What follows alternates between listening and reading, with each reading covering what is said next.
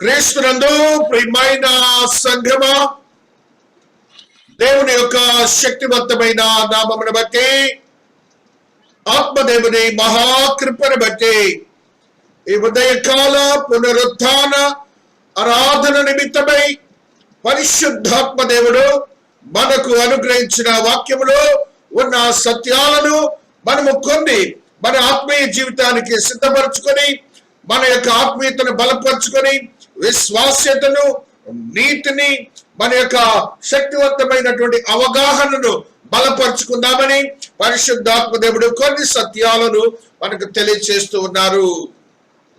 పరిశుద్ధ గ్రంథములు పరిశుద్ధాత్మ దేవుడు తెలియజేస్తున్న మాట వినుట అనే మాటని తెలియజేస్తున్నారు.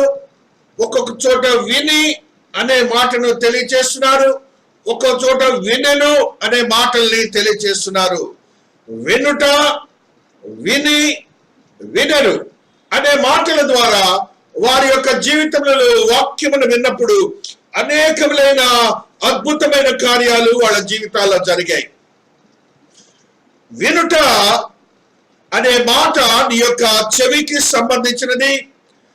నీ యొక్క చెవిలో ఉన్నటువంటి ఆత్మీయతతో కూడిన జ్ఞానానికి సంబంధించినదని పరిశుద్ధ గ్రంథము తెలియజేస్తున్నది. అనేక మంది అన్యులైన వారు కాదు వాక్యాన్ని వింటారు. అయితే అన్యులు కాని వారు అనగా దేవుని యందు భయభక్తులు కలవారు ఆత్మీయ జ్ఞానము కలిగిన వినికిడి కలిగి ఉండాలని దేవుడు మాట్లాడుతున్నాడు. ఒక వినికిడి, వాక్యమును విన్నప్పుడు ఆ వాక్యములో ఉన్న సత్యములను మనము వింటున్నప్పుడు అందులో ఉన్నటువంటి సత్యము ద్వారా విశ్వాస్యతను మనము కనపరచాలి, నమ్మికను కనపరచాలి. తద్వారా వాక్యము ద్వారా నీవు బలపరచబడతావని వాక్యము సెలవిస్తూ ఉన్నది. చదవబడినటువంటి వాక్యంలో మనం చూసినప్పుడు రిచ్ మ్యాన్, ఒక ధనవంతుడైనటువంటి వారి యొక్క స్థితిని మనము చూస్తూ ఉన్నాం. ఆయన ఒక ప్రధాని అనే మాటను మనము చూస్తున్నాం, అనగా అధికారిగా ఉంటున్నాడనే మాటను కూడా మనము చూస్తున్నాం. ఆయన కుమారుడికి అస్వస్థత వచ్చిందనే మాటను కూడా మనము చూస్తూ ఉన్నాం. అయితే దేవుని యొద్దకు ఆయన వెళ్ళి ఆయన కుమారుడి విషయమై దేవుని ప్రాధేయపడప్పుడు ఆయన యొక్క విశ్వాస్యతలో, ఆయన స్థిరపడినటువంటి నీతిలో, ఆయన విన్నటువంటి వాక్యములో ఉన్న సత్యమును విని నమ్మి దేవుని యొద్దకు వెళ్ళాడని, అందుకని ఆయన ఇంటికి వెళ్ళక మునిపే ఆయన కుమారునికి స్వస్థత వచ్చిందని మనము చూస్తూ ఉన్నాం. మనము కూడా వాక్యము వింటున్నప్పుడు ఆ వాక్యములో ఉన్న సత్యాన్ని మనము తెలుసుకున్నప్పుడు ఆ సత్యములో ఉన్న స్థితిని సంపూర్ణముగా నమ్మాలి అనే మనస్తత్వం నీకు ఉండాలని దేవుడు మాట్లాడుతున్నాడు. అదర్వైజ్ నువ్వు ఎంత వాక్యం విన్నా కూడాను నీ జీవితంలో ఫలించే స్థితి ఉండదని పరిశుద్ధాత్మ దేవుడు తెలియజేస్తున్నాడు. ఆ రీతిగా వాక్యంలో ఉన్నటువంటి సత్యాలను మనము చూసినప్పుడు పరిశుద్ధాత్మ దేవుడు కొంతమంది వ్యక్తులను మనకి ఇందున పరిచయం చేస్తున్నారు. పాత నిబంధనలో ఉన్నారు భక్తులు, క్రొత్త నిబంధనలో కూడా భక్తులు ఉన్నారు. వారి జీవితాల్లో వారు ఎరుగనటువంటి ఊహించనటువంటి కొన్ని అద్భుతమైన సత్యాలు వారి జీవితాల్లో జరిగి మన విశ్వాసానికి ఒక సాధనములుగాను ఒక సాక్షులుగాను ఉన్నారని పరిశుద్ధ గ్రంథము తెలియజేస్తున్నది. మనందరికీ తెలిసిన వ్యక్తి నయమాను అనే వ్యక్తిని మనం పరిశుద్ధ గ్రంథంలో ఎప్పుడూ చూస్తూనే ఉంటాం. నయమాను గురించి అనగానే కుష్ఠవ్యాధి వాడు అనే మాటను కూడా చూస్తాం. సిరియా దేశంలో ఒక సైనికాధికారి అని కూడా చెప్తూ ఉంటారు. ఆయన ఇశ్రాయేలు దేశమును యుద్ధము చేసి అచ్చటి నుంచి ఒక బాలికను ఒక బానిసగా ఇంటికి తీసుకొని వచ్చిన వాడిగా ఉంటున్నాడని కూడా మనం చూస్తున్నాం. ఆ బాలిక ఆ యొక్క నయమాను యొక్క భార్యకు సేవ చేసేదిగా ఉంటుందని కూడా మనం చూస్తూ ఉన్నాం. అయితే ఆ బానిసగా ఉన్నటువంటి ఇశ్రాయేలీయుల ఒక బాలిక ఆ యొక్క యజమానురాలైనటువంటి ఆవిడకు చెప్పిందిట, ఒక అద్భుతమైన మాటను చెప్పింది. ఆ మాటలో ఉన్న సత్యాన్ని సిరియాకు సైన్యాధికారి విజయ పరంపరలో ఆ ఇజ్రాయెల్ దేశాన్ని జయించిన వాడుగా కూడా ఉంటున్నాడు. 2 రాజుల గ్రంథము 5వ అధ్యాయము 11వ వచనాన్ని మనం చదువుకున్నప్పుడు దేవాతి దేవుడు మాట్లాడుతున్నటువంటి మాటను మనం ఒక్కసారి గమనిద్దాం. అందుకు నయమాను కోపము తెచ్చుకొని తిరిగిపోయి ఇట్లనను, అతడు నా అడ్డుకు వచ్చి నిలిచి తన దేవుడైన యెహోవా నామమును బట్టి తన చెయ్యి రోగముగా ఉన్న స్థలం మీద ఆడించి కుష్ఠ రోగమును మాన్పునని చెప్పెను. ఆ నయమాన్ అనే వ్యక్తి ఇశ్రాయేల్ దేశానికి వచ్చేసాడు. ఇశ్రాయేల్ దేశంలో ఉన్నటువంటి ప్రవక్త దగ్గరికి వచ్చాడు. ఆ ప్రవక్త దగ్గరికి రావటానికి ముందుగా జరిగిన సంఘటన ఏమిటంటే, ఆ యొక్క దేశము నుంచి ఒక దేశానికి రాగలిగాడు. ఒక దేశం నుంచి ఒక దేశానికి రాగలిగాడు. ఆ దేశానికి వస్తున్నప్పుడు ఆయనకి తెలిసినటువంటి మాట ఏంటంటే, ఒక చిన్న బాలిక చెప్పినటువంటి మాటను బట్టి ఇక దైవదాసుడు ప్రయాణమై ఆ యొక్క ప్రవక్త దగ్గరికి వెళ్ళినట్లుగా చూస్తున్నాం. అనగా అందులో ఒక నమ్మిక ఉన్నది, అందులో ఒక విశ్వాసత ఉన్నది, అందులో ఒక దేవుడు అద్భుతము చేస్తాడని ఆ నమ్మకంతో ఆ బిడ్డ అంత ప్రయాణం చేసి వెళ్ళాడని మీరు గమనించాలి. ఆయన దేశమును ఆయన దేవుడు కూడా కాదు, ఆయన అన్యుడిగా చెప్పబడుతున్నాడు. అయినప్పటికీ ఆ బాలిక మాట విన్నాడు. ఆ బాలిక కూడాను ఆ ఇంట్లో బానిసగా ఉంటుందని మనం గ్రహించాలి. ఆ బాలిక చెప్పిన మాటని ఒక్కసారి మనం చూస్తున్నాం. 3వ వచనము 5వ అధ్యాయములు, అది షోమ్రోనులోని ప్రవక్త దగ్గర నా ఏలిన వాడు ఉండవలనని నేనెంతో కోరుచున్నాను. అతడు నా ఏలిన వారికి కలిగిన కుష్ఠు రోగమును బాగు చేయనని తన యజమానురాలతో అనేను. యజమానురాలు ఆ మాట విన్నది. బానిస కదా, చిన్నపిల్ల కదా అని ఏ మాత్రము కూడాను సంశయము లేని విశ్వాసము, సంశయము నీ విశ్వాసములో ఉండకూడదు. ఏ మాత్రం నీ ఎదుటి వారు ఏదైనా బలహీనులైనప్పటికీ, నీకంటే చిన్నవారైనప్పటికీ, నీకంటే భక్తి లేని వారైనప్పటికీ, అన్యులైనప్పటికీ నీ దేవుని గురించి గొప్ప స్థితి తెలియజేసినప్పుడు నీవు నమ్మాల్సిందే, నీవు నమ్మాల్సిందే. నీవు ఆ మాటలో ఉన్న సత్యం పెరిగినప్పుడు నీకు ఒక అద్భుతమైన కార్యము జరిగిస్తుంది. ఆ బిడ్డ తను ఎవరితో చెప్పిందంటే యజమానురాలతో చెప్పింది. ఆ బిడ్డకి దేవుడిచ్చిన జ్ఞానం ఏంటో తెలుసా? భార్య సహచారిణి కాబట్టి, ఆమె మాట వింటాడు కాబట్టి, ఆమె జ్ఞానముతో, దైవ జ్ఞానముతో ఆ స్త్రీ దగ్గరికి వెళ్ళి మాట్లాడినట్లుగా మనం చూస్తున్నాం.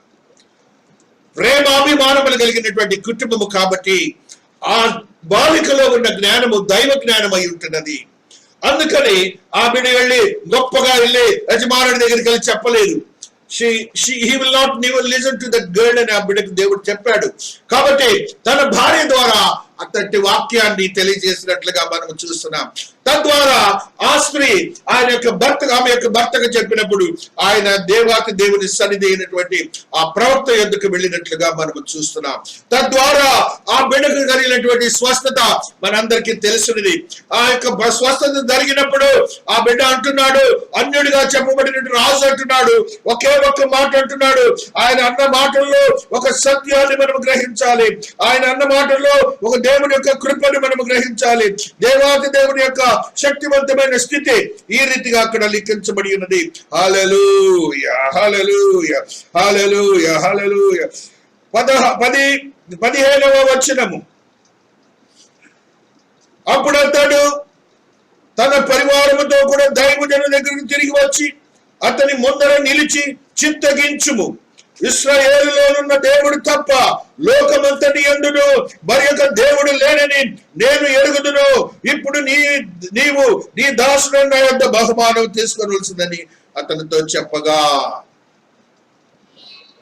దేవుని మాటలు ఎలాగుంటాయి అంటే, ఒక మనిషిని రక్షించడానికి ఆయన అల్పమైన వారిని, చిన్నవారిని, తేలికైన వారిని ఉపయోగించుకుంటాడన్న సంగతిని నీ దేవుని యొక్క జ్ఞానాన్ని నువ్వు ఎరిగి ఉండాలి.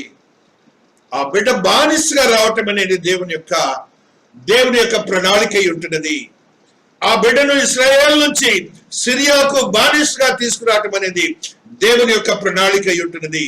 తద్వారా ఆ బిడ్డ ప్రణాళికలు, ఆ కుటుంబంలో ఆ యజమానురాలతో మాట్లాడుట అనేది దేవుని ప్రణాళిక అయి ఉంటున్నది.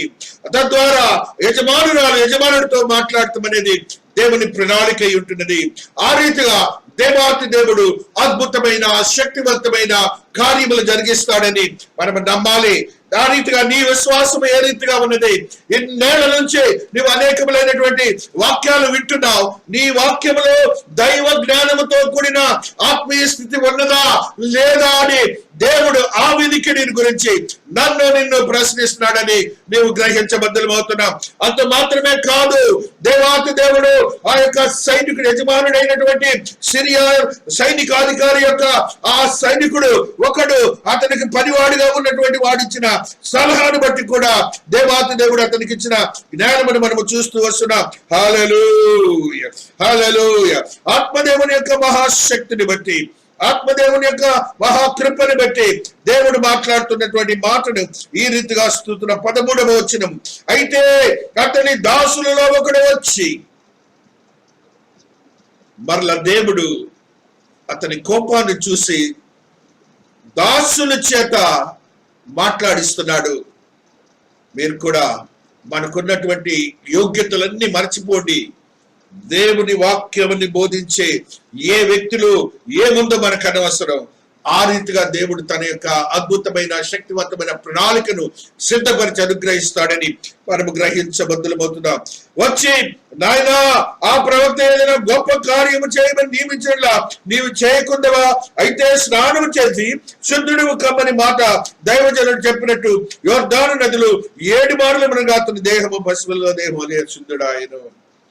2 సేవకులు, 2 దాసులు, 2 బానిసలుగా చెప్పబడుతున్న ఒక వ్యక్తి, దాసుడుగా చెప్పబడుతున్న ఒక వ్యక్తి ద్వారా దేవుడు ఒక సైనికాధికారిని, ఆ కుటుంబాన్ని రక్షించినట్లుగా మనం చూస్తున్నాం.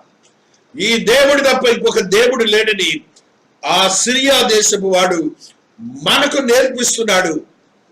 ఆయన రక్తంలో శుద్ధీకరించి పవిత్రపరిచిన మనలకు ఆయన నేర్పిస్తున్నటువంటి మాట ఏమిటంటే, నీ విశ్వాసములు స్థిరత్వం ఉండాలి, నమ్మిక ఉండాలి, నీలో ఏ విధమైన వేషధాలు లేని వక్ర బుద్ధి ఉండకూడదని దేవుడు తెలియజేస్తున్నాడు.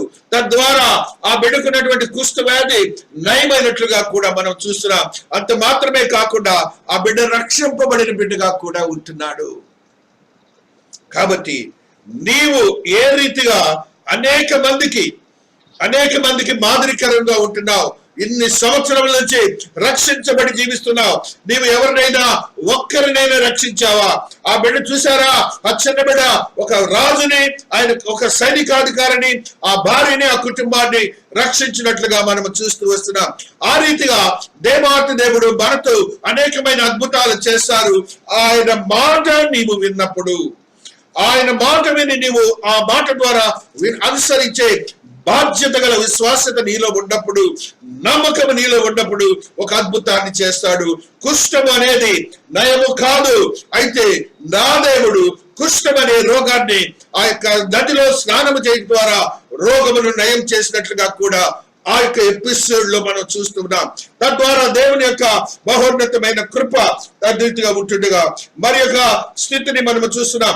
మత్తయి సువార్తలో 8వ అధ్యాయము 8వ వచనములో మరి యొక్క ఎపిసోడ్ ఇన్సిడెంట్ ని మనం ఈ రీతిగా చూస్తూ వస్తున్నాం. హల్లెలూయా, హల్లెలూయా.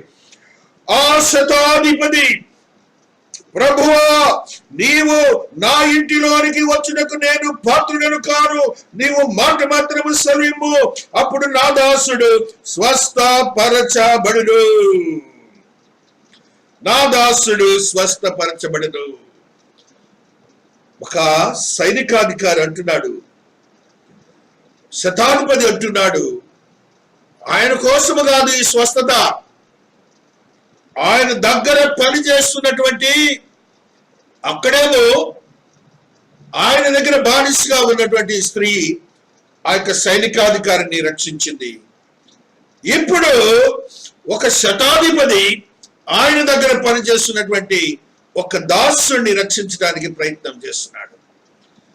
దేవుని మాటలో నీకు అధికారం లేదు, దేవుని మాటలో నీకు ఆధిపత్యం లేదు. ఆయన మాటను నీవు వినవలసింది. ఆయన మాటను వినవలసింది. విని ఇంప్లిమెంట్ చేయాలని వాక్యం సెలవిస్తున్నది. దేవాతి దేవుడితో అంటున్నాడు, నాకు అంత శతాధిపతి అయినప్పటికీ ఆయన అంటున్నాడు, నాకు ఏమాత్రము కూడాను నాకు స్థానం లేదు స్వామి, నీవు నా ఇంటికి చేత యోగ్యుని కాను అని అంటున్నాడు. అంత మాత్రమే కాకుండా నాకు అధికారం ఉన్నది. ఇంతమందిని నేను వెళ్ళమంటే వెళ్తారు, రమ్మంటే వస్తారు, కానీ నీవు అందరికంటే గొప్ప దేవుడు అయి ఉన్నావు కాబట్టి నీవు నా ఇంటికి రావటానికి నాకు అర్హత లేదు, అంత చిన్నవాడినని చెప్తున్నాడు. కాబట్టి విశ్వాసతలో ఏముండాలంటే తగ్గుదల ఉండాలి. దేవుని చెంతకు వచ్చినప్పుడు నిన్ను నీవు తగ్గించుకోవాలి. నువ్వు అధికారి అవ్వచ్చు, లేకపోతే ధనవంతుడు అవ్వచ్చు, లేకపోతే ఆత్మీయ జ్ఞానవంతుడు అవ్వచ్చు, లేకపోతే నీలో ఏమో ఎడ్యుకేషనల్ క్వాలిఫికేషన్ ఉండొచ్చు, కానీ నీవు తగ్గించుకోవాలి. ఆ రీతిగా తగ్గించుకున్నప్పుడు దేవుడు అద్భుతమైన కార్యములు నీ మాట విశ్వాసం ద్వారా, నీవు మాట వినడం ద్వారా నీవు ఒక మనిషిని రక్షించేవాడిగా ఉంటావు, ఒక మనిషికి స్వస్థత ఇచ్చేవాడిగా ఉంటావని పరిశుద్ధాత్మ దేవుడు మాట్లాడుతూ ఉన్నారు. చూడండి, ఆ 10వ వచనంలో యేసయ్య మాట్లాడిన మాటని, యేసు ఈ మాట విని ఆశ్చర్యపడి వెంట వచ్చుచున్న వారిని చూచి, ఇశ్రాయేలీయులలో నెవనికైనను నేను ఇంత విశ్వాసం ఉన్నట్టు చూడలేని నిశ్చయముగా మీతో చెప్పుచున్నాను. దేవుడే ఒక సర్టిఫికెట్ ఇచ్చేశాడు. దేవుడే ఒక సర్టిఫికెట్ ఇస్తున్నాడు. నీకు కూడా ఆ సర్టిఫికెట్ దేవుడు ఇవ్వాలి. ఏమంటున్నాడు తెలుసా? ఇశ్రాయేలీయులందరితో పోలుస్తున్నాడు. ఒక అన్యుడి ఇశ్రాయేలీయులందరితో పోలుస్తున్నాడు. ఇశ్రాయేలీయులందరిలో ఈయన కంటే గొప్ప విశ్వాసం ఉన్నవాళ్ళు లేరు అంటున్నాడు దేవుడు. కాబట్టి నీ విశ్వాసము, నీ నమ్మిక, దేవుని మాట వినుట నీ జీవితంలో ఏ రీతిగా ఉందని ఆత్మదేవుడు మాట్లాడుతూ ఉన్నాడు. కాబట్టి క్రీస్తునందు ప్రియమైనటువంటి వారులారా, దేవుని యొక్క మహోన్నతమైన మహాకృపను బట్టి అదే ఎపిసోడ్ లో దేవుడు ఏమంటున్నాడు అంటే చూడండి, హల్లెలూయా హల్లెలూయా హల్లెలూయా. దేవుని యొక్క మహోన్నతమైన మహాకృపను బట్టి ఆయన ఈ యొక్క చీకటిని గురించి మాట్లాడుతున్నాడు, వెలుగును గురించి మాట్లాడుతున్నాడు, నరకమును గురించి మాట్లాడుతున్నాడు, అదే రీతిగా నిత్య జీవమును గురించి దేవాతి దేవుడు మాట్లాడుతున్నారు. ఈ సంఘటన జరిగిన తరువాత దేవుడు మాట్లాడుతున్న మాట ఏంటంటే నరకమును గురించి మాట్లాడుతున్నారు, అదే రీతిగా నిత్య జీవమును గురించి మాట్లాడుతున్నారు. చూడండి, ఆయన అంటున్న మాట 12వ వచనములో మనము చూస్తూ వస్తున్నాం. రాజ్య సంబంధులు వెనుపట చీకటిలోనికి త్రోయబడుదురు, అక్కడ ఏడ్పును పండ్లు కొరకటయుండునని మీతో చెప్పుచున్నాను. అంతటి యేసు, ఇక వెళ్ళము, నీవు విశ్వసించిన ప్రకారము నీకు అవునుగా కానీ శతాధిపతితో చెప్పను. ఆ గడిలోనే అతని దాసుడు స్వస్థత నొందెను. రాజ్య సంబంధులు, రాజ్య కుమారులని కింద రాసింది చూడండి. అక్కడ వారట రాజ్య సంబంధులు వెలుపటి చీకటిలోనికి త్రోయబడుదురు, అక్కడ ఏర్పును పండ్లను కొరకబడును, కొరికే స్థితి ఉంటుందని దేవాతి దేవుడు తెలియజేస్తున్నాడు. అనేకులు తూర్పు నుండి పడమటి నుండి వచ్చి అబ్రహాముతో కూడాను, ఇస్సాకుతో కూడాను, యాకోబుతో కూడాను పరలోక రాజ్యమందు కూర్చుందరు. కానీ దేవుడు మనతో మాట్లాడుతున్నాడు. దేవుడు మనతో మాట్లాడుతున్నాడు, స్పష్టంగా మాట్లాడుతున్నాడు. నీ విశ్వాసము, దేవుని మాట వినుట ఏ రీతిగా ఉన్నదని దేవుడు ఖచ్చితంగా మాట్లాడుతున్నాడు. ఆయన తూర్పు దేశం నుంచి వస్తారు, పడమటి నుంచి వస్తారు, ప్రపంచమంతా వస్తారు. కానీ దేవుని రాజ్య సంబంధులు అంటే మనమే. రాజ్య కుమారులు ఏమంటున్నాడు? వెలుపట త్రోసివేయబడుతున్నారు అంటారు. విశ్వాసం లేకుండా, ఆయన మాట వినకుండా మనము జీవిస్తున్నామేమోనని దేవుడు ప్రత్యేకించి is putting a question to us to come out of the darkness of the listening the word of the God. దేవుని మాట వింటంలో మనం ఎంతో వెనకబడి ఉంటున్నామని పరిశుద్ధాత్మ దేవుడు తెలియజేస్తున్న మాటని మనం చూస్తూ వస్తున్నాం. కాబట్టి ఆయన మాటను బట్టి దేవుడే ఆశ్చర్యపోయినట్లుగా మనం చూస్తూ వస్తున్నాం. దేవుని మహాకృపను బట్టి ఆ రీతిగా పరిశుద్ధాత్మ దేవుడు మనకి 2 ఎపిసోడ్స్ తెలియజేశాడు. నయమాను గురించి తెలియజేశాడు, అదే రీతిగా నేను దాసుడైనటువంటి శతాబ్ది గురించి దేవుడు తెలియజేశాడు. వారి ఇరువురిలో ఉన్నటువంటి మాటను వినిన స్థితి, అదే రీతిగా దేవుని యొక్క వాక్యమును విన్న స్థితిని కూడా మనము చూస్తూ ఉన్నాం. మరణము నుండి జీవములోనికి తీసుకుని వచ్చినటువంటి దేవుడు, మరణము నుండి జీవములోనికి తీసుకుని వచ్చిన దేవుడిని నువ్వు ఆరాధిస్తున్నావు. ఈ యొక్క లోకములో మనపై అధికారము చెలాయిస్తున్న అపవాది ఉన్నాడే, మరణము నుండి మనలను బయటికి పంపక తనకు తానుగా జయము జయము అని మాట్లాడుతున్నాడే, ఆయనను ఓడించి దేవాతి దేవుడు ఒక అద్భుతమైన కార్యము నీకు నాకు చేశాడని నువ్వు గమనించబద్ధుడు అవుతున్నావు. హెబ్రీయులకు రాసిన పత్రిక 14వ అధ్యాయములో ఉన్న సత్యము. కాబట్టి ఆ పిల్లలు రక్త మాంసములు కలవారైనందున ఆ ప్రకారమే మరణం యొక్క బలము కలవారిని, అనగా అపవాదిని మరణము ద్వారా నశింపజేయుటకును జీవిత కాలమంతయు మరణ భయం చేత దాస్యమునకు లోబడిన వారిని విడిపించుటకును ఆయన కూడా రక్త మాంసములలో పాలువాడాయను. నీ కోసం ఎంత పని చేసే దేవుడు, నువ్వు ఇంకను అవిశ్వాసములోనే జీవిస్తున్నావా? లేకపోతే ఆయన మాటను ఆత్మీయ వినికిడితో వింటున్నావా అని దేవుడు ఒక ప్రశ్న మనల్ని ఈ దినాన వేస్తున్నాడు. ఆ రీతిగా నువ్వు దేవుని యొక్క అద్భుతమైన కార్యములు చూడాలి కానీ, ఆశ్చర్యమైన కార్యములు జీవితంలో చూడాలి కానీ, ఇంకను భయముతోనూ ఆందోళనతోనూ జీవించడానికి వీలు లేదని దేవుడు నాతో నీతో మాట్లాడుతున్నాడు. ఆయన మాట్లాడిన మాటలో సత్యమును ఎరగాలి. మనం ఏ రీతిగా దేవుని యొక్క కృపను పొందుతున్నాం, దేవుని యొక్క కృపలు ఆయన అంటున్నాడు. మన స్టేజ్ ఏంటంటే, యేసయ్య భూలోకానికి రాకముందు, శిలువ మీద మరణించక ముందు మన స్థితి ఏమిటో ఒకసారి ఆయన గుర్తు చేస్తున్నాడు. చూడండి, మరణం యొక్క బలము గలవాదిని, అనగా అపవాదిని మరణము ద్వారా నశింపజేయుటకును జీవిత కాలమంతయు, మనకేది జీవిత కాలమంతయు మరణ భయము చేత దాస్యమునకు లోబడిన వారిని విడిపించుటకు, జీవిత కాలమంతా మనకి మరణ భయం చేత ఉన్న వారిని రక్షించడానికి ఆయన చేసిన క్రియ. కాబట్టి నువ్వెందుకు మరణం కొరకు భయపడుతున్నావు? ఆయన చేసిన కార్యాన్ని ఎందుకు గుర్తు చేసుకోలేకపోతున్నావు? అనగా నీవు అవిశ్వాసంలోనికి వెళ్ళిపోతున్నావని. నీ దేవుడు కార్యం చేస్తాడని నువ్వెందుకు నమ్మలేకపోతున్నావు? జీవిత కాలం అంతా లేదు ఇక మనకే. ఆయన వచ్చాక నీకు ఒక అద్భుతమైన శక్తివంతమైన జీవాన్ని ఇచ్చాడన్న సంగతి నువ్వు గుర్తించుకోవాలని పరిశుద్ధాత్మ దేవుడు ఇది నాతో నీతో మాట్లాడుతున్న స్థితిని మనం గమనించి బద్దలమవుతున్నావు. దాస్యమునకు లోబడిన వారిని విడిపించుటకు, నీవు దాస్యము నుంచి బయటకు వచ్చావు, నిన్ను విడిపించాడు దేవుడు. అపవాది యొక్క దాస్యం నుంచి నువ్వు బయటకు ఆల్రెడీ వచ్చేసావు. నువ్వు ఎప్పుడైతే రక్షించబడ్డావు, ఆ రీతిగా నువ్వు విడిపించబడ్డవాడు అని నువ్వు మర్చిపోతున్నావేమో. ఈ కరోనా వల్ల భయపడి మరణం వస్తుందేమోనని ప్రతి నిత్యము నీ మనసులో వేదన ఉన్నదేమో. లేదు, ఆయన రక్తంపై ప్రోక్షించుట ఇది స్పష్టము మరణించడం నీ కోసం అనేది ఇది స్పష్టమని నువ్వు గ్రహించాలని పరిశుద్ధాత్మ దేవుడు నాతో నీతో మాట్లాడుతున్న స్థితిని మనం గమనించబద్ధులమవుతున్నాం.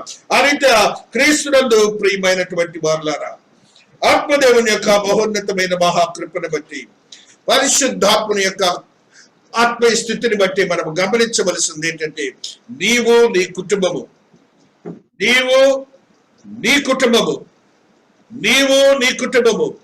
రక్షింపబడాలి. నీవు నీ కుటుంబము రక్షింపబడాలి. నీవు నీ కుటుంబము, నీ బిడ్డలు, నీలో ఉన్నటువంటి నీ కుటుంబంలో ఉన్న ప్రతి ఒక్క వ్యక్తి రక్షింపబడి దేవుని యొక్క ఆత్మీయతలో బలపరచబడే వారిగా ఉండాలని పరిశుద్ధాత్మ దేవుడు తెలియజేస్తున్నాడు. కాబట్టి నీ యొక్క ఆత్మీయతను బలపరుచుకొని నీకు నీవుగా సిద్ధపరచబడిన విశ్వాసతలో ఆయన మాటను వినేవాడిగా ఉండాలని పరిశుద్ధాత్మ దేవుడు మనకి తెలియజేస్తున్నాడు. నీ కుటుంబంలో ఎంతమంది రక్షింపబడిన వారున్నారు? నీవు దేవుని యందు ఆత్మీయతలో కూడినటువంటి బిడ్డగా ఉంటున్నావు. ఆ యొక్క సిరియా దేశంలో ఉన్న ఆ బాలిక ఏం చేసిందంటే కుటుంబాన్ని రక్షించడానికి ప్రయత్నం చేసింది. శతాధిపతి తన యొక్క దాసుడిని కూడా రక్షించి తను కూడా రక్షింపబడిన వాడిగా ఉన్నాడు.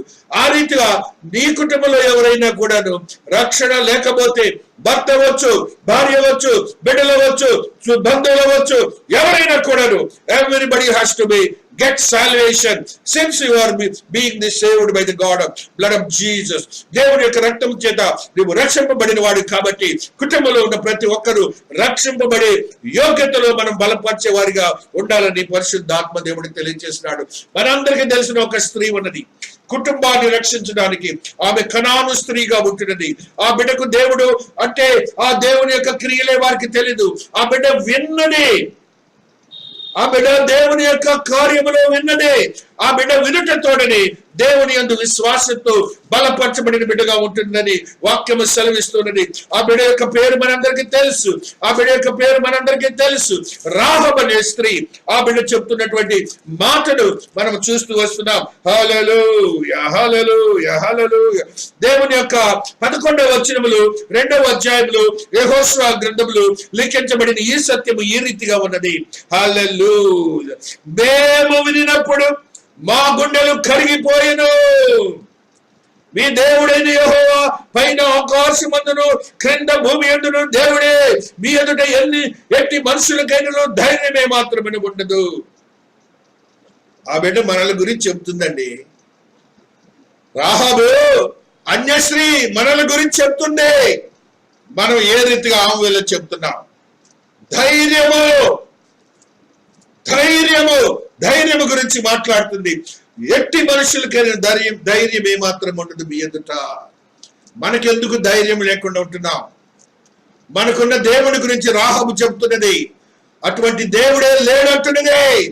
నీవు ఎందుకు చెప్పలేకపోతున్నావు? నీవు ఎందుకు ఆ రీతిగా నీ విశ్వాసతను బలపరచుకోలేకపోతున్నావని రాహబు నాతో నీతో మాట్లాడుతున్నది. ఆమె అంటున్నది ఆయన గురించి, దేవుని గురించట. ఆమె విన్న మాట చూడండి. మీరు ఐగుప్తులో నుండి వచ్చినప్పుడు 10వ వచనము, మీ ఎదుట యెహోవా ఎర్ర సముద్రము నీరును ఎలాగూ ఆరిపోచేసెను. యోర్దాను తీరమునున్న అమోరీయులు ఇద్దరు రాజులైన సీహోనునకును ఓగునకును మీరేమి చేసిద్దరు అనగా మీరు వారిని ఎలాగూ నిర్మూలన చేసిరు. ఆ సంగతి మేము వింటిమే. దేవునికి స్తోత్రాలు చెప్పండి. దేవుడు అనేక వేల మైళ్ళ దూరంలో ఉండి, అనేక వేల మైళ్ళ దూరంలో ఉండి ఆ బిడ్డ చెప్తున్న విన్న మాటనే ధైర్యంతో విశ్వాసంతో మనకు నేర్పిస్తున్నది. ఎందుకు మీ దేవుడు అంత గొప్ప దేవుడు కదా, ఎందుకు మీకు ధైర్యం లేదు? మిమ్మల్ని చూసి మేము మా కనానీయులు ధైర్యము చెడిన వారిగా ఉంటున్నారని వాక్యం చెప్తా ఉన్నది. చూడండి, ఆ చెప్పిన మాటనే దేవుడు ఈ దేశ నివాసులందరికీ ధైర్యము చెడినని నేను ఎరుగుదును. దేవుని ఎరిగిన వారికి ధైర్యం చెడిపోద్దు, కానీ దేవుని ఎరిగినటువంటి నీకు ధైర్యం ఉండాలి. రాహబు బోధిస్తున్నది మనకి ధైర్యం ఉండాలంటున్నది. అంత మాత్రమే కాకుండా నీ దేవుడు గొప్పవాడంటూ మాత్రమే కాకుండా ఆమె కుటుంబాన్ని, తల్లిని, తండ్రిని, బిడ్డలను, అక్కడ ఉన్నటువంటి వారందరినీ, బంధువులను రక్షించడానికి వెనుకాడని స్త్రీగా ఉంటున్నది. చూడండి ఆ మాట్లాడిన మాటని ఈ రీతిగా మనం చూస్తూ వస్తున్నాం. హల్లెలూయా.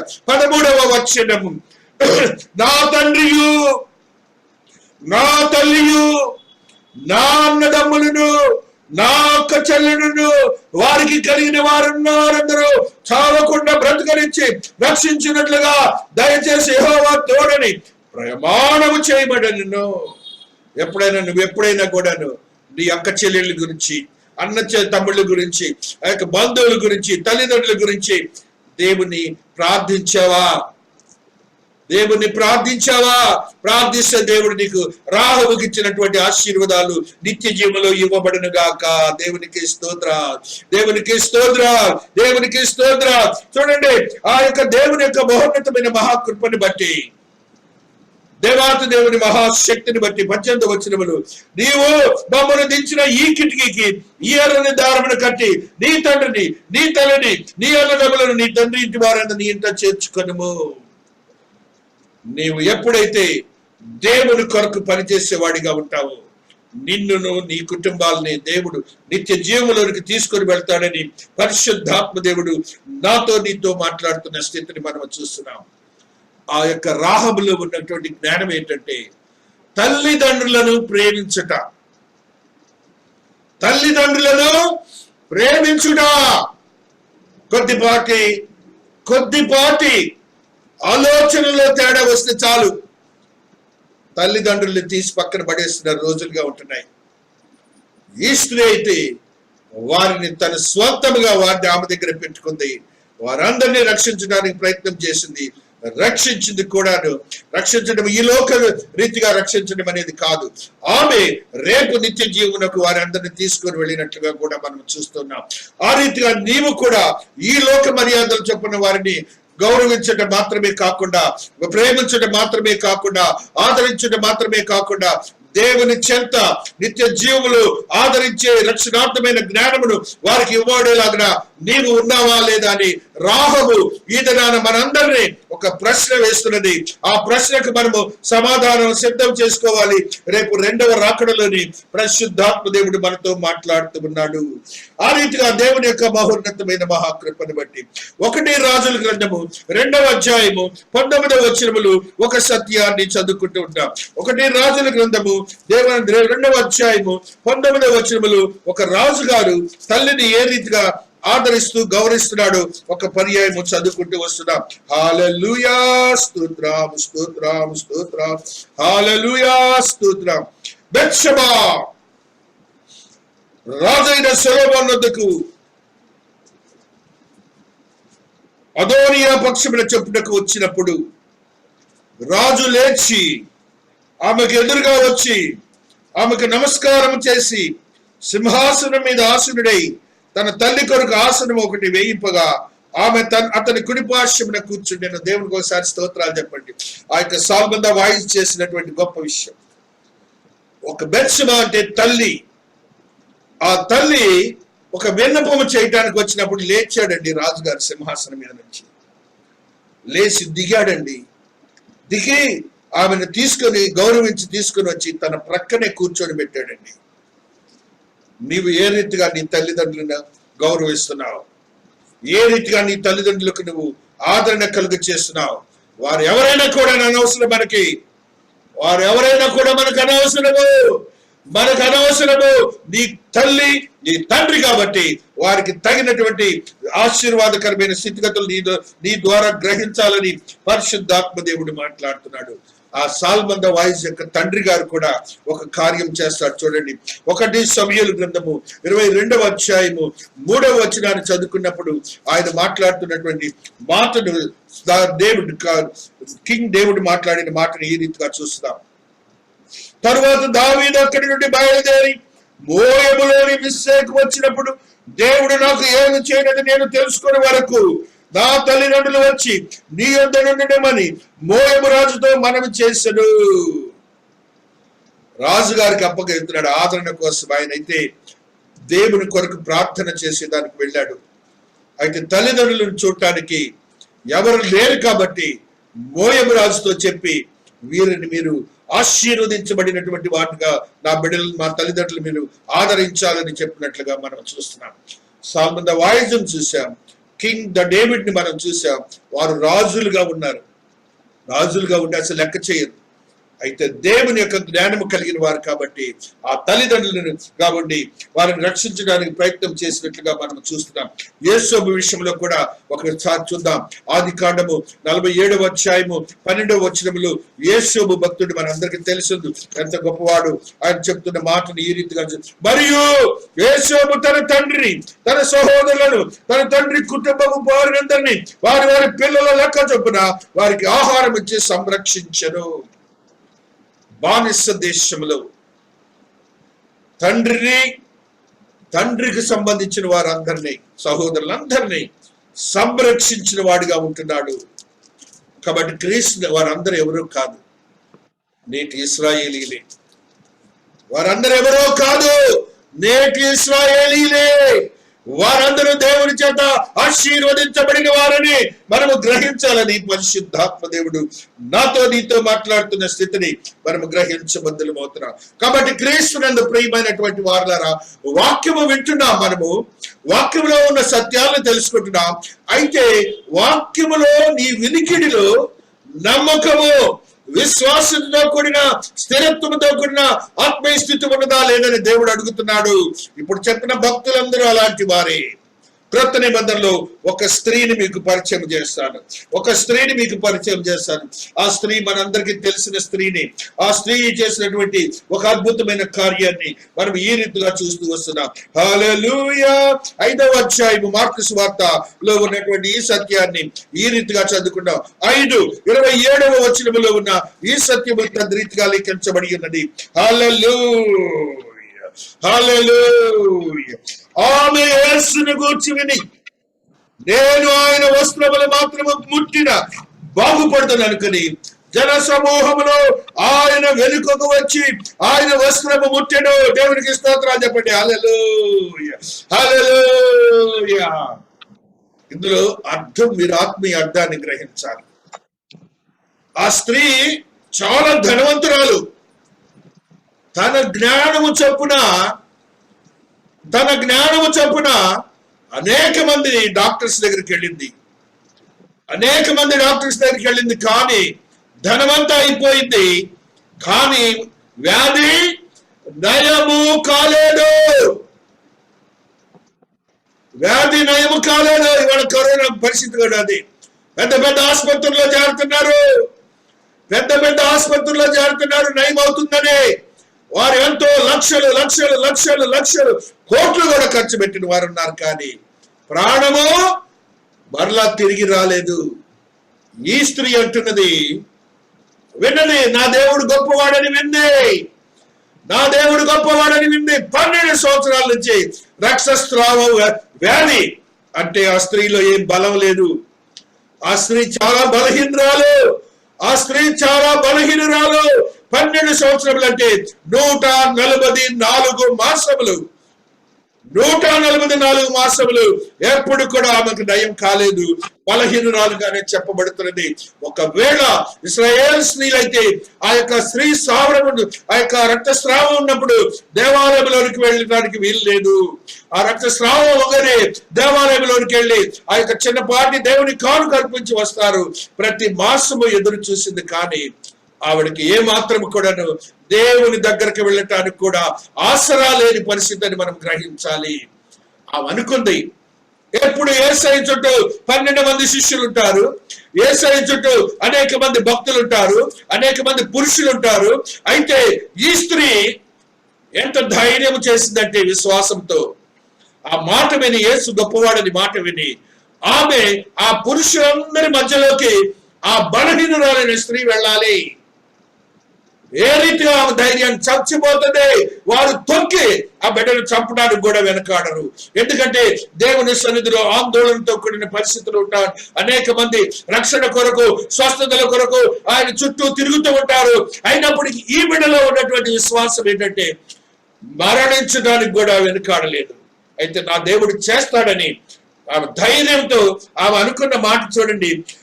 నేను ఆయన వస్త్రములు మాత్రము ముట్టిన బాగుపడుదను అనుకనను.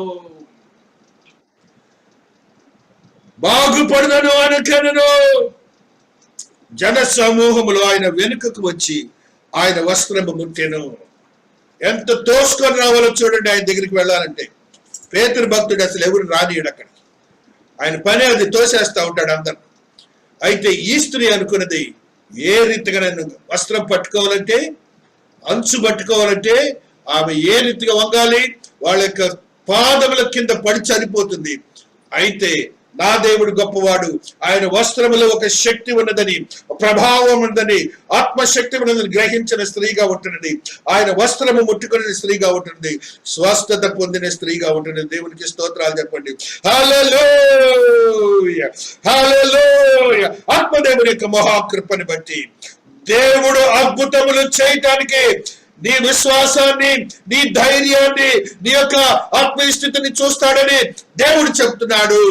దేవుని కొరకు నీవు ఏ రీతిగా ఆ స్త్రీ వలె ఎప్పుడైనా బలహీనమైన పరిస్థితుల్లో కూడా దేవుని యొక్క వద్దకు వచ్చి దేవుని ప్రాధేయపడిన దానివిగా ఉంటున్నావా, ప్రాధేయపడిన వాడిగా ఉంటున్నావని పరిశుద్ధాత్మ దేవుడు తెలియచేస్తూ ఉన్నాడు. చూడండి, ఆమె రక్తధార కట్టెను కనుక తన శరీరంలోని ఆ బాధ నివారణ ఏందని గ్రహించుకొనిను. వెంటనే యేసు తనలో నుండి ప్రభావం బయటకు వెళ్ళినని తనలో తాను గ్రహించి జన సమూహం వైపు తిరిగి, నా వస్త్రములు ముట్టినది ఎవరని అడుగగా, దేవుని కార్యములు ఎలాగుంటాయి అంటే, ఆయన ప్రభావము ఎలాగుంటుందంటే, నీ విశ్వాసాన్ని బట్టి ఆయన ప్రభావాన్ని నువ్వు చూస్తావు. మీరు గమనించండి, ఎప్పుడైనా ఆరాధనలో వాక్యం వినేటప్పుడు వాక్యాన్ని మీరు స్వీకరించుకొని ఆ రీతిగా వాక్యంలో ఇన్వాల్వ్ అయ్యారనుకోండి, మీ కుటుంబంలో ఉన్న ప్రతి బలహీన పరిస్థితులు యేసు నామములో విడుదలైపోతాయి. దేవునికి స్తోత్రాలు చెప్పండి. దేవునికి స్తోత్రాలు. అంత గొప్ప దేవుని నువ్వు కలిగి ఉండి, you are not able to work out the faith that which God had given to you and to me. దేవుని యొక్క ఆత్మీయతను బలహీనపరుచుకుంటున్నావని ఆ స్త్రీ నీతో మాట్లాడుతున్నది. అంత మాత్రమే కాకుండా దేవాతి దేవుడు అద్భుతమైన కార్యములు చేయటం మాత్రమే కాకుండా ఆ స్త్రీతో దేవుడు చేసిన మాట ఏంటంటే, ఆయన ద్వారా దేవుని కొరకు ఆమె చేసినటువంటి అద్భుతమైన స్థితి మనం చూస్తుంటే, స్త్రీలకు ప్రాధాన్యత లేదు. ఆ దినాల్లో స్త్రీలు వాక్యాన్ని బోధించడానికి లేదు. ఆ దినాల్లో వాక్యమును సాక్ష్యం ఇవ్వడానికి కూడా లేదు. ఆ స్త్రీ ద్వారా దేవుడు ఏం చేస్తాడంటే, అక్కడే ఒక సాక్ష్యాన్ని ఆళ్ళ మధ్య నింపిస్తాడు. దేవునికి స్తోత్రాలు చెప్పండి. దేవుడు ప్రత్యేకించి ఆశీర్వాదకరముగా మార్చుకున్న దేవుడిగా ఉంటున్నాడని నువ్వు గమనించాలి.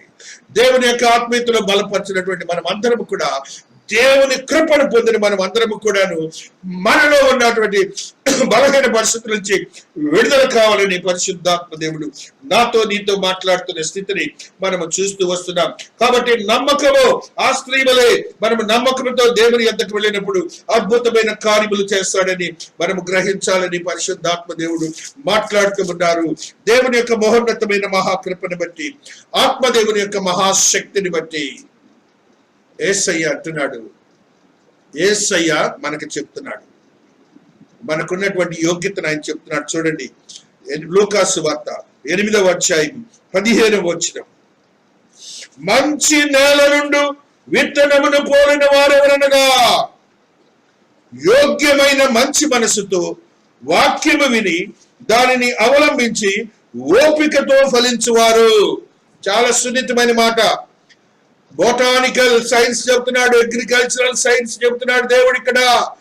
యోగ్యమైన మంచి మనసుతో వాక్యము విని, వాక్యం వినేటప్పుడంట యోగ్యము మంచి మనసు రెండు అనగా, యోగ్యత, నేను నా దేవునికి, నేను ఆయన కుమారుణ్ణి కుమార్తెను, ఆయన నన్ను రక్షించుకున్నారు, అట్టి యోగ్యతను బట్టే ఈ వాక్యము వినగలుగుతున్నాను అనే మనస్సు నీలో ఉండాలి. ఏదో తాత్కాలికంగా వాక్యం వినటానికి ప్రయత్నం చేయొద్దని దేవుడు ఈ మాట ద్వారా మనకు తెలియజేస్తున్నాడు. ఓపికతో ఫలించేవారట వారందరూ. వాక్యాన్ని అవలంబించి విని నీవు ఎప్పుడైతే వింటావో యోగ్యకరమైన వాడిగా నీ కుటుంబంలో అనేకమైన అద్భుతాలు దేవుడు, ఏది కఠినమైన కూడాను దేవుడు మనుష్యులను దగ్గర పంపించి అద్భుతమైన కార్యము చేస్తాడని నువ్వు గ్రహించాలి. దేవుడు పంపిస్తాడంటే, దేవుడు పంపిస్తాడు. నమ్మిన వాళ్ళ చేతులెత్తండి, దేవుడికి స్తోత్రాలు చెప్పండి. హల్లెలూయా. నీ ఇంట్లో ఏ సమస్య ఉన్నా దేవుడు నీ కొరకు ఆయన దూతలను పంపే దేవుడు. దేవునికి స్తోత్రాలు, దేవునికి స్తోత్రాలు. ఆత్మదేవుని ఆత్మశక్తిని బట్టి ఆత్మ కార్యములు నీ కుటుంబంలో జరిగించబడును గాక. హల్లెలూయా, హల్లెలూయా. ఆత్మదేవుని యొక్క మహోన్నతమైన మహాకృపను బట్టి, శక్తివంతమైన దేవుని మహాశక్తిని బట్టి ఆ యొక్క యోగ్యతలో ఏముందంటే, నీవు చేయవలసింది విధేయుడుగా ఉండాలి. దేవుడు విధేయత లేకుండా నీ యొక్క జీవితం వేస్ట్. మేళ్లను పొందలేము. ఏ విధమైన మేళ్లైనా 12 ఏళ్ల నుంచి ఎవడు చేయలేకపోయాడండి. అనేక మంది డాక్టర్లు, నా దేవుడు చేశాడండి. కుష్ఠవ్యాధండి, నా దేవుడు చేశాడండి. రోగిగా ఉన్న సేవకుడండి, నా దేవుడు చేశాడండి. దేవుని క్రియలు అంత గొప్పవి. విశ్వాసం ఉండాలి, యోగ్యకరమైనటువంటి స్థితి నీలో ఉండాలని పరిశుద్ధాత్మ దేవుడు తెలియచేస్తూ నాతో నీతో మాట్లాడుతున్న స్థితిని మనం గ్రహించాలి. హెబ్రీయులకు రాసిన పత్రిక 10వ అధ్యాయము 38వ వచనములో ఈ సత్యము లిఖించబడి ఉన్నది. 10:38 ఈ సత్యము లిఖించబడి ఉన్నది. హల్లెలూయా. నా ఎదుట నీతిమంతుడైన వాడు విశ్వాస మూలముగా జీవించును, కానీ అతడు వెనుక తీసిన ఎడల అతని యందు నా ఆత్మకు సంతోషం ఉండదు. దేవుడు మాట్లాడుతున్న మాట, దేవుడు మాట్లాడుతున్న మాట. అసలు అందరికీ ఇదే ప్రాబ్లం, అందరికీ ఇదే ప్రాబ్లం. ఆయన ఆత్మ మాత్రమే సంతోషించుదనే సంగతిని గ్రహించండి. ఈ లోకంలో ఉన్నటువంటి టెంప్టేషన్స్ అనగా ఆధిపత్యం అనే టెంప్టేషన్, జ్ఞానవంతులమనే టెంప్టేషన్, భక్తి తత్పరత ఉండేవాళ్ళమనే టెంప్టేషన్స్, ఇవన్నిటిని మనం ఉందనుకుంటున్నాం కానీ నీతి పోతుంది. దేవుని ఎదుట నువ్వు నీతిమంతుడిగా ఉండలేవు. ఆయన ఆత్మ సంతోషించుదనే సంగతిని గ్రహించాలి. అయితే మనము నశించుటకు వెనుక తీయవారము కాము, కానీ ఆత్మను రక్షించుటకు విశ్వాసం కలిగిన వారమై ఉన్నాము. ఆత్మను రక్షించుటకు విశ్వాసము కలిగిన వారు. నీ ఆత్మ రక్షింపబడడానికి నీ దేవుడు భూలోకానికి వచ్చాడు. అట్టి స్థితి నీలో ఉండాలని పరిశుద్ధాత్మ దేవుడు నాతో నీతో మాట్లాడుతున్న స్థితిని మనము చూస్తూ వస్తున్నాం. వాక్యము వినుటలో ఒక కుటుంబం ఉన్నది. ఆ కుటుంబంలో సహోదరులు ఉన్నారు. వాళ్ళు ధనవంతులుగా ఉంటున్నారు. వారైతే ఆయన మంచి నేల యోగ్యకరమైనటువంటి విత్తనాన్ని పోల్చినటువంటి ఆ యొక్క ఎపిసోడ్లు మనం గమనిస్తాం.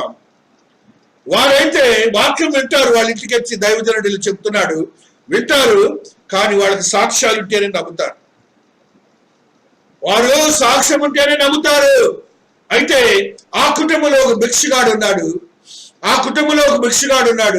ఆ భిక్షగాడు అయితే ఆ యొక్క బల్లపై క్రింద పడిన రొట్టె ముక్కలను తిన్నాడనే మాటను మనం చూస్తాం.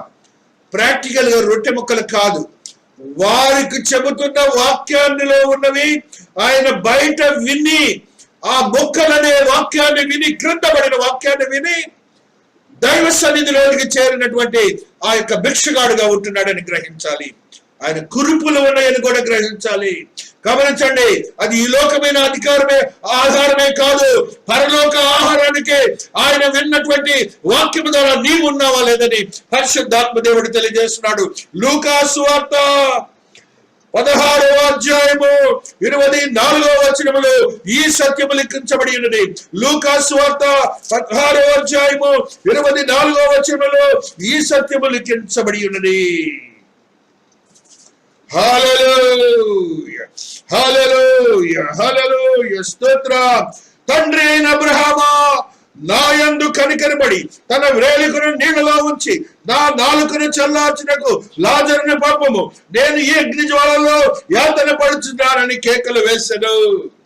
ఈ దాసుడు ఎలాంటి వాడంటే వెళ్ళిపోయాడు, నరకానికి వెళ్ళిపోయాడు.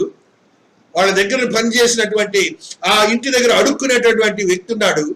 ఆ ఇంటికి వచ్చిన వాక్యాన్ని చెప్పే దైవజనుని వాక్యాన్ని ఆ కుటుంబం ఎవ్వరూ వినలేదు.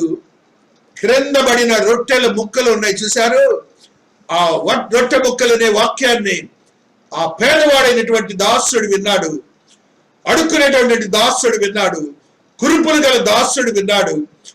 దేవుని యొక్క యోగ్యకరమైన స్థితిలో మంచి నేలను పడిన విత్తనమోలే ఉన్నాడు. దేవుని సన్నిధికి చేర్చబడ్డాడు. వారు ఏ రీతిగా దేవుని దగ్గరికి వెళ్ళలేకపోయారంటే, వాక్యాలు చెప్తా ఉంటాం అనుకో, దాంట్లో మా కథలు చెప్పలేదు ప్యాషి గారు అంటారు, లేకపోతే ఆ వాక్యములు ఆయనకి ఇష్టానుసారమైనటువంటి మనసుకు తగిన వాక్యము లేదంటారు. అది వాక్యం బైబిల్లో ఉందా లేదని మాత్రం చూడరు. కాబట్టి వారు చేసిన పని ఏంటంటే, ఆయన అంటున్నాడు, వాళ్ళ సహోదరుడు ఆయన అంటున్న మాటను చూడండి, 28వ వచనం చూడండి.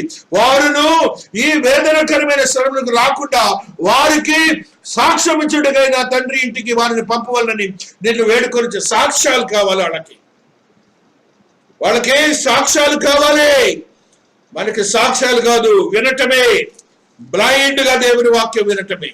ఆ విధంగా సాక్ష్యం కొరకు ప్రయత్నం చేయకున్నటువంటి ఆ యొక్క భిక్షగాడైనటువంటి లాజరు అయితే దేవుని సన్నిధిలో ఉన్నాడు, ధనవంతుడిగా మార్చబడ్డాడు.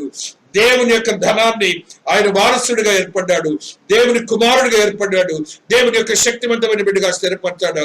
నీవును ఆ రీతిగా ఉండడానికి ప్రయత్నం చేయాలి. నీవు కూడా దేవుని బిడ్డగా ఉండటానికి నీ విశ్వాసము, వాక్యం ఎక్కడున్న దూరం నుంచి వచ్చినా కూడా వింటం మానద్దు. ఈ దాసుడు చేసిన పనిని ఈ దాసుడు చేసిన పనిని, ఆ భిక్షగాడు చేసిన పనిని దేవుని యొక్క అక్కడ అంటాడు, బల్ల కింద రొట్టెలను ముక్కలను తినేవాడు అంటున్నాడు. ఈ లోకంలో బల్ల కింద రొట్టెలు కాదు, వారి కుటుంబానికి వచ్చే వాక్యము బోధించేటప్పుడు బయట ఉండి వినినటువంటి ఆ వాక్యపు ముక్కల వలన ఆయన రక్షించబడ్డాడనే సంగతి నువ్వు గ్రహించాలి. నీ విశ్వాసం ఏ రీతిగా ఉందని పరిశుద్ధాత్మ దేవుడు నాతో నీతో మాట్లాడుతూ ఉన్నాడని దేవాతి దేవుడు మాట్లాడుతూ ఉన్నాడు. అందుకు అబ్రహాం అంటాడు నో ఛాన్స్ ఎట్ ఆల్ అంటాడు. No chance at all. 29వ వచనం చూడండి, అబ్రహాం మాట్లాడుతున్న మాట. అందుకు అబ్రహాము వారి యొద్ద మోషేయు ప్రవక్తలను ఉన్నారు, వారి మాటలు వినవల్లని అతనితో చెప్పాను. అబ్రహాం మనందరికీ చెప్తున్నాడు. ఇప్పుడు అపోస్తలులు ఉన్నారు, దైవజనులు ఉన్నారు, సువార్తికులు ఉన్నారు, కాపర్లు ఉన్నారు. నీకు ఏది నువ్వు వింటున్నావు? వాక్యం. వారి వాక్యం విని వాక్యానుసారము జీవించడానికి మీరు ప్రయత్నం చేయండి. పరిశుద్ధాత్మ దేవుడు నాతో నీతో మాట్లాడుతున్న స్థితిని మనం చూస్తూ వస్తున్నాం. కాబట్టి క్రీస్తునందు ప్రియమైనటువంటి వారులారా, ఆత్మీయతలో బలపరచబడినటువంటి మనము ఏ రీతిగా ఉంటున్నాం? రోమీలకు రాసిన పత్రిక 10వ అధ్యాయము 10వ వచనాన్ని మనం చదువుకున్నప్పుడు పరిశుద్ధాత్మ దేవుడు ఈ రీతిగా మాట్లాడుతూ ఉన్నాడు. 14వ వచనాన్ని మనం చదువుకుంటూ వస్తున్నాం. వారు విశ్వసింపని వారికి ఎట్లు ప్రార్థన చేయుదురు, వినని వారిని ఎట్లు విశ్వసించుదురు, వినని వారిని ఎట్లు విశ్వసించుదురు, ప్రకటించువాడు లేకుండా వారు ఎట్లు విందురు, ప్రకటించు వారు పంపబడిన ఎట్లు ప్రకటించుదురు. ఇందు విషయమై ఉత్తమమైన వాటిని గురించిన స్వార్థ ప్రకటించు వారి పాదములతో సుందరమైనవి అని వ్రాయబడినదే. వారు విశ్వసింపు వారికి ఎట్లు ప్రార్థన చేయుదురు. విశ్వాసం లేకుండా ప్రార్థనలు వృధా. విశ్వాసం లేకుండా ప్రార్థనలో వృధా. ప్రార్థన చేసేటప్పుడు నువ్వు విశ్వసించాలి. ఆ ప్రార్థనలో మాటల్ని నువ్వు ప్రకటించేటప్పుడు, బోధించేటప్పుడు ఆ బోధనను వినటానికి ప్రయత్నం చేయాలి. లేకపోతే నీకున్నటువంటి యోగ్యతలను నువ్వు కోల్పోతావని పరిశుద్ధాత్మ దేవుడు నాతో నీతో మాట్లాడుతున్న స్థితిని మనము గ్రహించబద్దులమవుతున్నాం. హల్లెలూయా, హల్లెలూయా, హల్లెలూయా. మత్తయి సువార్త 13:12 ఒక సత్యాన్ని చదువుకుంటున్నాం. మత్తయి 13:12 ఉన్న సత్యాన్ని ఈ రీతిగా చదువుకుంటూ వస్తున్నాం. హల్లెలూయా, స్తోత్రం, స్తోత్రం. కలిగిన వానికే ఇయ్యబడును, వానికి సమృద్ధి కలుగును, లేని వానికి కలిగినది వాని యొద్ద నుండి తీసివేయబడును. మరియు వారు చూచుండి చూడరు, వినుచుండి వినకయు గ్రహింపకయు ఉన్నారు.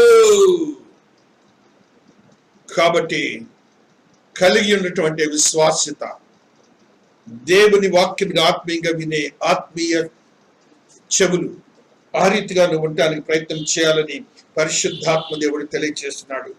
ప్రకటన గ్రంథంలో కొన్ని సత్యాలు మీకు చదివి వినిపిస్తాను. 2వ అధ్యాయము 7వ వచనంలో ఉన్న దేవుడు మాట్లాడినటువంటి మాటలు ఇవన్నీ కూడాను ఆ యోహాను భక్తుడు విని నీకు నాకు తెలియజేస్తున్నాడు. అక్కడ ఉన్నటువంటి మాటలన్నీ విని నాకు నీకు తెలియజేసిన మాటలను మనం ఈ రీతిగా గ్రహించాలి. 2:7 వచనం, చెవి గలవాడు ఆత్మసంగముతో చెప్పు మాట వినుగాక.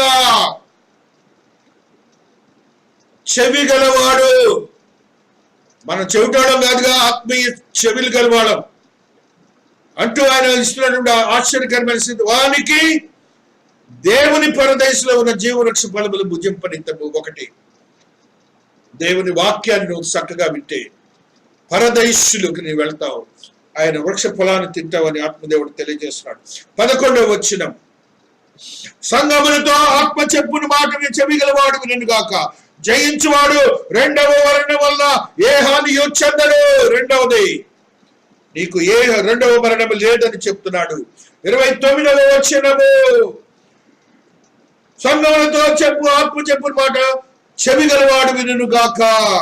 దేవుని యొక్క నీ ఆత్మీయ చెవి ఉండాలి, నీవు వినాలని ఆత్మదేవుడు తెలియజేస్తున్నాడు. 3వ అధ్యాయము 6వ వచనము, సంగములతో ఆత్మ చెప్పుచున్న మాట చెవిగలవాడు వినుగాక. అదే రీతిగా దేవుని యొక్క ఆత్మీయతలో బలపరచమని 13వ వచనాన్ని చదువుకుంటూ వస్తున్నాం. హల్లెలూయా. సంగములతో ఆత్మ చెప్పుచున్న మాట చెవిగలవాడు వినుగాక. 20వ వచనము, యేసు ఇదిగో నేను తలుపు నద్ద నిల్చుని తట్టుచున్నాను, ఎవడైనను నా స్వరం విని తలుపులు తీసినట్లా నేను ఆయనకు వచ్చి అతనితో నేను నాతో కూడా అతను భోజనము చేయడము. నా స్వరము విన్నప్పుడు నువ్వు దేవుని సన్నిధిలో అటువంటి యోగ్యతను కలిగి ఉంటావని పరిశుద్ధాత్మ దేవుడు తెలియజేస్తున్నాడు.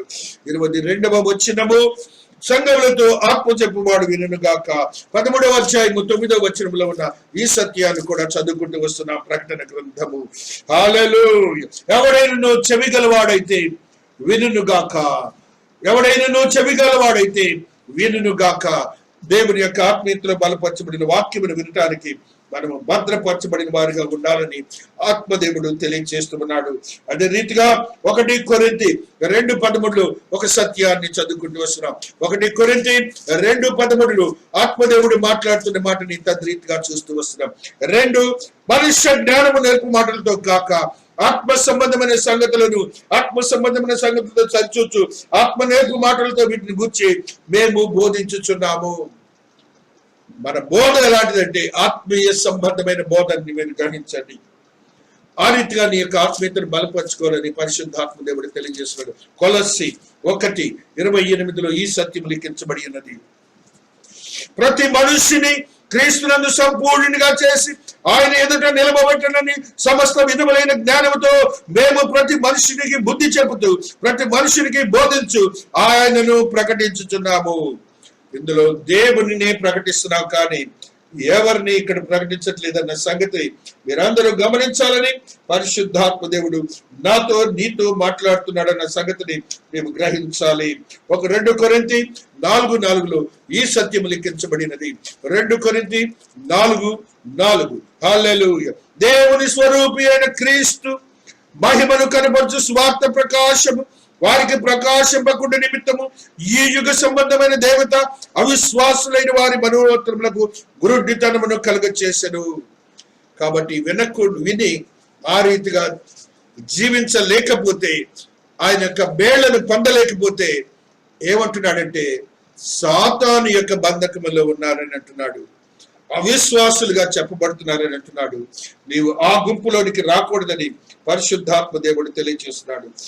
ఎఫెసీ 4:16 ఈ సత్యము లిఖించబడినది. ఎఫెసీలకు రాసిన పత్రిక 4వ అధ్యాయము 16వ వచనములో ఈ సత్యము లిఖించబడి ఉన్నది. హల్లెలూయా. ఆయన శిరస్సు అయ్యున్నాడు, ఆయన నుండి సర్వ శరీరము చక్కగా అమర్చబడి తనలోనున్న ప్రతి అవయము తన పరిమాణం చొప్పున పనిచేయుచుండగా ప్రతి కీలు వలన కలిగిన బలము చేత అతుకబడి ప్రేమ యందు తనకు క్షేమాభివృద్ధి కలిగినట్లు శరీరమునకు అభివృద్ధి కలుగ చేసుకొనుచున్నది. ఆయనే ఈ సంఘానికి శిరస్సు. ప్రతి ఒక్క శరీర భాగములన్నీ కూడాను ఆయన ద్వారానే అతికించబడ్డాయని గ్రహించి నీ ఆత్మీయతను బలపరుచుకొని ఆయన కొరకు సిద్ధపరచబడినటువంటి ఆ రాకడకు నువ్వు సిద్ధపరచబడేవాడిగా ఉండాలని పరిశుద్ధాత్మ దేవుడు తెలియజేస్తున్నాడు. ఆ నిత్య జీవమునకు వెళ్ళటానికి దేవుడు రేపు రాబోతున్నాడు. ఆ ర్యాప్చర్ లో నీవు ఉంటావా ఉండవా అని చెప్తున్నాడు. ఈ వాక్యమును చదువుకొని ఈ యొక్క వాక్యమును ముగించుకుందాం. 1 తెస్సలోనిక 4వ అధ్యాయము 16వ వచనం. ఆర్భాటముతోను ప్రధాన దూత శబ్దముతోను దేవుని బూరతోను పరలోకము నుండి ప్రభువు దిగివచ్చును. క్రీస్తునందుండి మృతులైన వారు మొదట లేతురు. ఆయన రేపు ప్రధాన భూత శబ్దంతో రాబోతున్నాడు. ఆ శబ్దము ప్రపంచమంతా వినబడబోతున్నది. అర్థమవుతుందా? ఇప్పుడు ప్రపంచమంతా కరోనా ఉందా? నమ్ముతున్నారు కదా? ప్రపంచ మానవులందరూ కరోనాను విచ్చేశారు కదా? ఆయన బూర శబ్దం కూడా అంతే, ప్రపంచమంతా వినబడబోతున్నది. ఆ ప్రపంచమంతా కూడా మనుష్యులు రక్షింపబడిన వారు, పరిశుద్ధులైన వారు ఆయనతో లేపబడతారు. ఆ గుంపులో చూడండి ఏమంటున్నాడు, ఆ మీదట సజీవులమై నిల్చుండి మనము వారితో కూడా ఏకముగా ప్రభువును ఎదుర్కొనుటకు ఆకాశమండలంలో మేఘల మీద కొనుకోబడదము, కాగా మనము సదాకాలం ప్రభుతో కూడా ఉండము. మరణించిన వారు మనము కూడా ఇట్లా ర్యాప్చర్ లో ఇలాగ మార్పు చెందుతాం, దేవుని సన్నిధికి వెళ్ళిపోతాం. ఆ స్థితిని కలిగి ఉండడానికి వాక్యములో నువ్వు ఎప్పుడు భద్రపరచబడి వాడిగా ఉండాలి. ఒక నూతనమైన అనుభవాలతో కూడిన జీవితాన్ని సంపాదించుకోవాలి. ఆ రీతిగా ఆయన సన్నిధిలోనికి మనం వెళ్ళటానికి మన విశ్వాసతను, నీతిని, నమ్మకత్వాన్ని, దృఢత్వాన్ని, ధైర్యాన్ని కలిగి ఉందాం. దేవుడి పరిశుద్ధ వాక్యం దీవించి ఆశీర్వదించును గాక. ఆమేన్, ఆమేన్.